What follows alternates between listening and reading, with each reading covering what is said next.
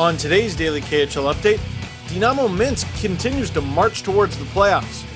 Vityaz holds 3 leads, but Spartak Moscow would not go away. And methinks we have a Goal of the Year candidate. All that and more on today's Daily KHL update. The Battle of Tatarstan, Neftekhimik hosts Akbar's rivalry. Late in the first, Akbar is on the power play. Dmitry Obukov waits for it. Eyes of Evgeny Medvedev tape to tape it in. 1-0 Akbars. Wow, what a shot! Unstoppable. That's his 5th of the year. Early in the second now, Neftekhimik on the power play. Captain Maxim Pestushko sets up Yegor Melovzorov in the high slot and he pulls the trigger. 1-1. Midway through the second, Ilya Nikulin with the puck on the blue line shoots and beats Matt Dalton 2-1. Here's a piece of advice. When Nikulin is on the ice, always stay alert. National Team Russia captain scores his 7th of the year. Neftekhimik strikes back about a minute later. Peter Kokryakov performs a wraparound. We're tied at 2s. Neftekhimik possibly got the best skid line in the KHL. Moving on to overtime, you're not going to believe this. Evgeny Medvedev grabs the puck in his own end, goes for a solo dash against 3 defensemen, through the legs of Nikolai Belov, and finishes it off with a goal. Unbelievable, maybe a Goal of the Year candidate. What a fashion to score a game-winning goal in overtime. Medvedev truly is a KHL All-Star. That's his 2nd of the night and 6th of the season. Akbars beats their neighbors 3-2 OT final. Dynamo Minsk plays host to Donbass. Belarus versus Ukraine should be a good one. Early in the first, Dynamo on the power play. Teemu Laine with the puck feeds Jeff Platt. His first shot is stopped, but he puts it home on the rebound. 1-0 Minsk. Platt scores his 8th of the year. Dynamo needed that early goal. They were missing Joe Pavelski in this one. Why? What happened? He went home to visit his family for Christmas. He's gonna miss the game against Spartak as well in 2 days. Late in the first, Dmitry Meleshko drives to the net, gets destroyed down there, but Andrei Stas helps him out. 2-0 Minsk. Good on Stas for joining the rush. That's his 5th of the year. Just a few minutes into the second now, Teemu Laine behind the net throws the biscuit in the slot and hits Ruslan Fedotenko's skate and it rolls in. 3-0 Minsk. Lucky or skilled? How about both? Laine gets his 2nd point of the night and 16th goal of the season. Late in the second, Evgeny Dodonov feeds Lukasz Kaspar for a breakaway, but he's robbed by Lars Haugen. Just over a minute left in regulation, Donbass on the power play. Fedotenko with the puck, wrists it and gets some cheddar. 3-1. Consolation goal for Donbass, but a pretty one. Fedotenko scores his 8th of the year. That's all she wrote for this one, though. Minsk gets a valuable 3 points as they continue their push for the playoffs. 3-1 Dynamo final.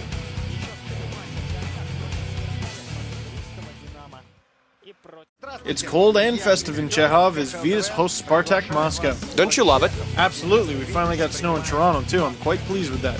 Anyway, 2 minutes into the game, Vityaz wins a face-off. Chaos ensues. No one knows where the puck is until it's in the back of Spartak's net. 1-0 Vityaz. You gotta feel for Sergei Borisov here. The play was so sloppy and confusing, there was no way he was gonna stop it. Spartak ties things up just 2 minutes later on the power play as Mikhail Yunkov shovels the puck in from the crease on the rebound. 1-1.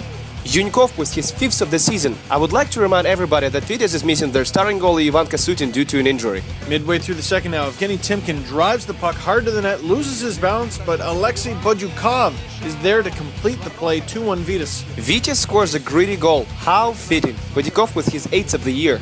5.5 minutes later, Spartak ties things up again. Oleg Petrov with a cross-ice feed to Stefan Ruzichka, and he roofs it 2-2. Nice play by Spartak. That used to be their signature style. Too bad we don't see them score goals like this more often. Ruzichka with his 7th of the year.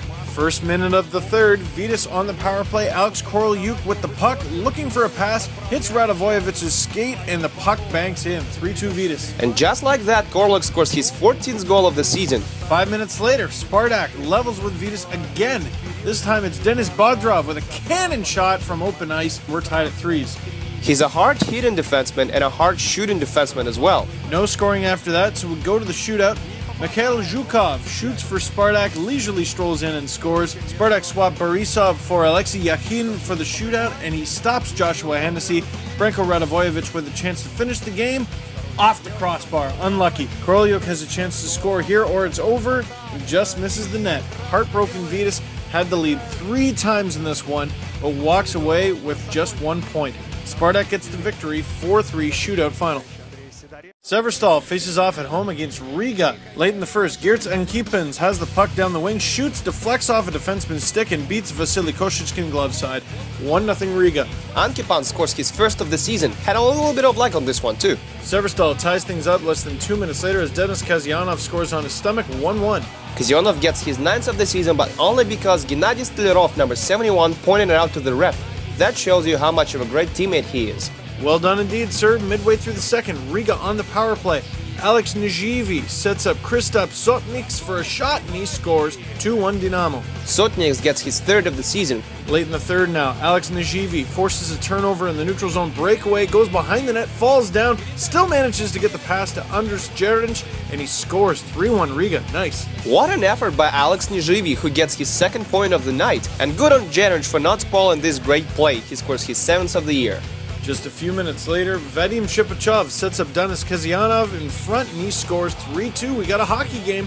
Kazyanov was his 2nd of the night. Good job on finding some room for a shot in this tough area. Severstal can't close the zone, and Alexander Giroux gets the puck, disregards every obstacle, and scores. Giroux scores his 11th of the year. Severstal pushed hard in the end. It's fair to say they deserved at least a point in this one, but you know what they say, too little, too late.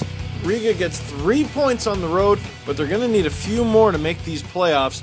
That's all for today's Daily KHL Update. I'm Steve Dangle Glynn with Andrea Sadchenka. We'll see you tomorrow.